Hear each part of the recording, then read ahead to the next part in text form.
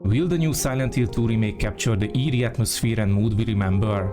Will it deliver spine-chilling horror elements and immersive gameplay like the original did so well? The extended gameplay footage just dropped, and the developer shed some light on these burning questions. Let's find out if this remake lives up to our haunting memories, or if it's just another foggy mess. Is it dangerous? Maybe. I'll be careful.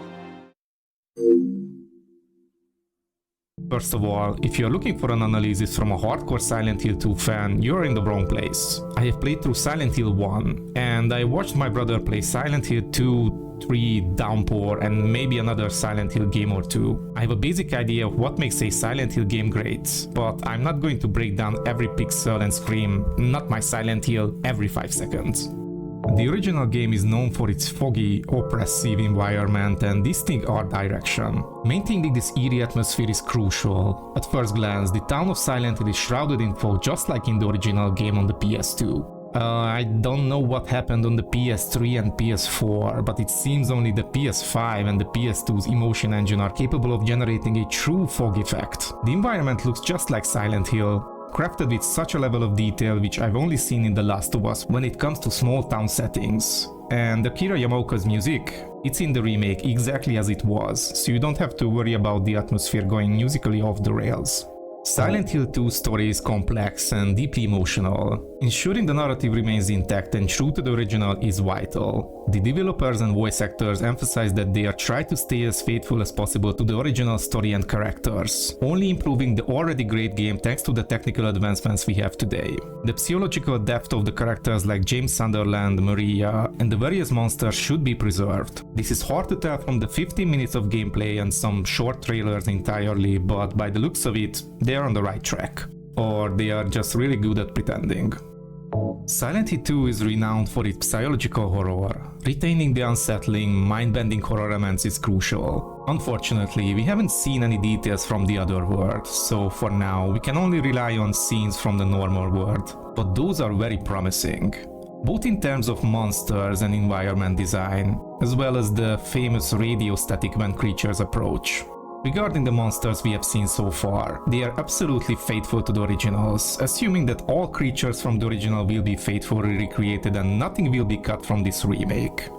The challenging and often symbolic puzzles are the staple of the series. These should be preserved or carefully updated. But unfortunately, just like with the other world, we haven't gotten a taste of any puzzles. Even the Resident Evil remake games had a lot of freedom with puzzles, with some being completely different or missing from the new games. Let's hope Silent Hill 2 doesn't suffer the same fate, as the puzzles may play an even more significant role in this game.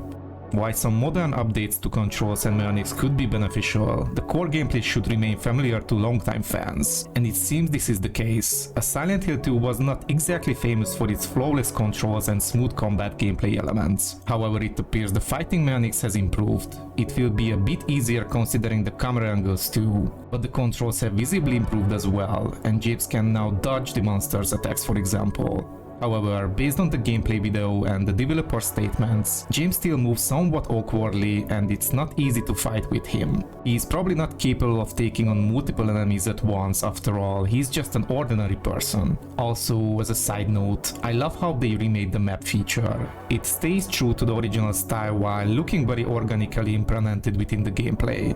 Now, if only James could use it to find his way out of bad life decisions.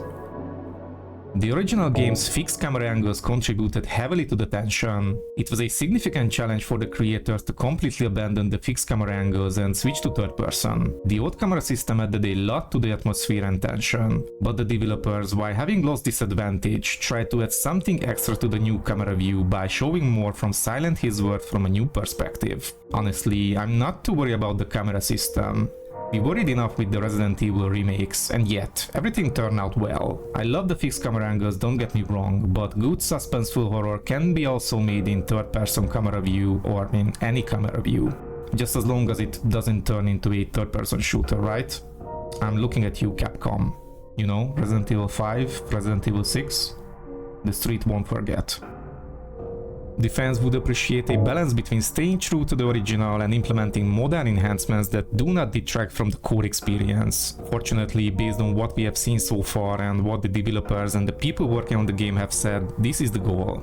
They try to stay completely faithful to the original game and only make changes where today's demands require it, such as graphics, camera angles, combat system, and controls. So no microtransactions for extra fog, pretty please. So what do you think about what we have seen so far? The internet received last year's trailers with great skepticism, but it seems the world has turned around with the new gameplay footage and new trailer. How convinced are you about the remake?